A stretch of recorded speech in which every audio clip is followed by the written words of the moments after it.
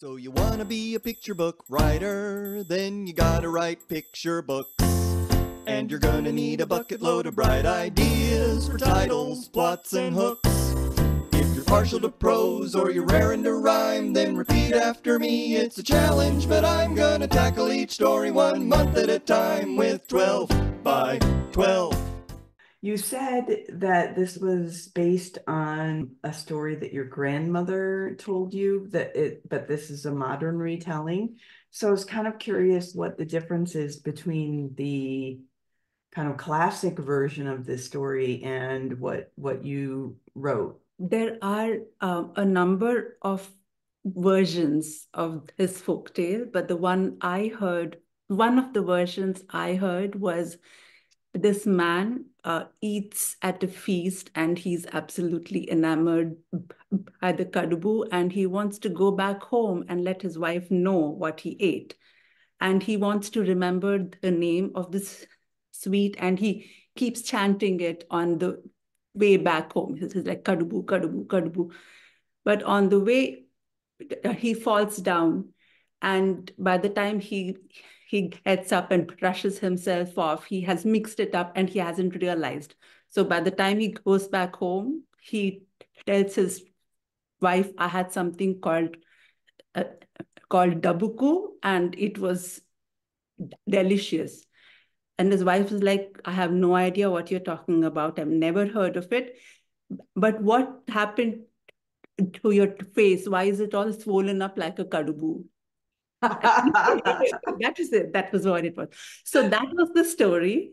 I don't remember writing the first draft of this story at all. I just found it in my folder one day. I was looking and said, hey, what's this? So what I had done is I made the adult character a child character, and I had kind of changed the ending so that nobody is hurt or nobody's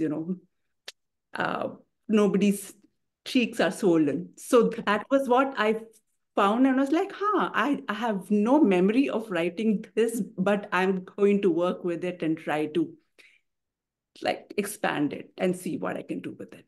Yeah, well, I'm so glad you did. What fun. And I love the colors of the illustrations and how the steam from the food, and it makes you turn the page. Here it is again. I love this theme that keeps coming back as he's on his journey. And there's so much It's adorable. Humor in the illustrations too. Now, I know this book just came out recently. I'm wondering if you've had any opportunity to read this to kids yet and what the reaction is. Yes, I have had some readings, some in bookstores and some at home. I mean, in family gatherings and everything, and it's so lovely. The kids laugh, they giggle, and every time I say, "Does he still remember the name?"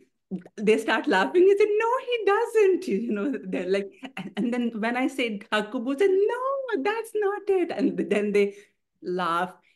I think for kids, this concept of kind of pronouncing a name is absolutely hilarious.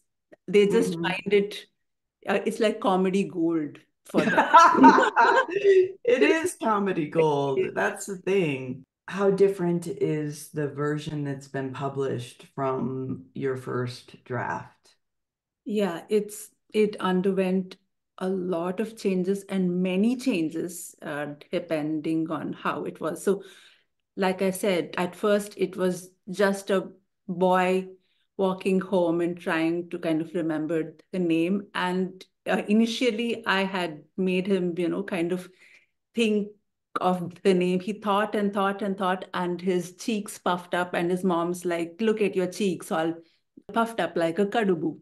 So that was the ending. And then I thought, how about if I put in a lot of events. Like every encounter kind of mixes it up even more.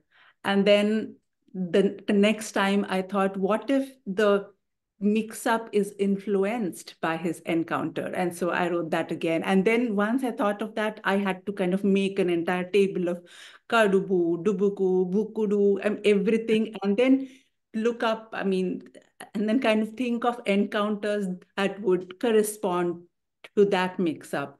And then the next time around, and at first I didn't have him kind of carrying the sweet back home. He was walking home just like that. So I kind of made him carry it back home.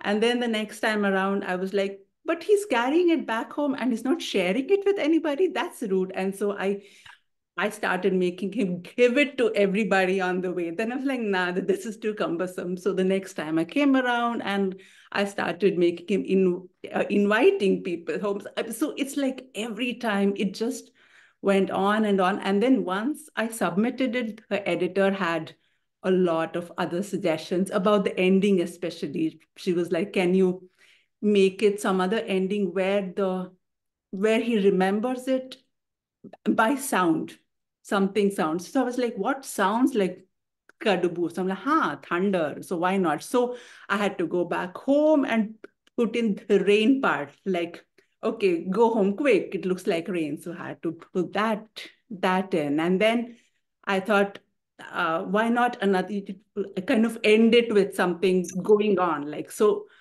I ended with the final page and said Togrinuchnunde. I put that at the end. So it was again and again and again and again.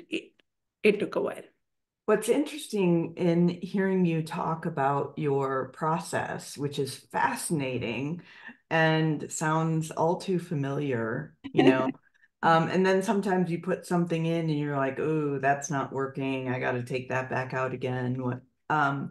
But each time you were also adding layers to the story because it's very simple, a boy, eats something and then he goes home and he's trying to remember and he forgets. And then, and so you've added so many elements to this. There is,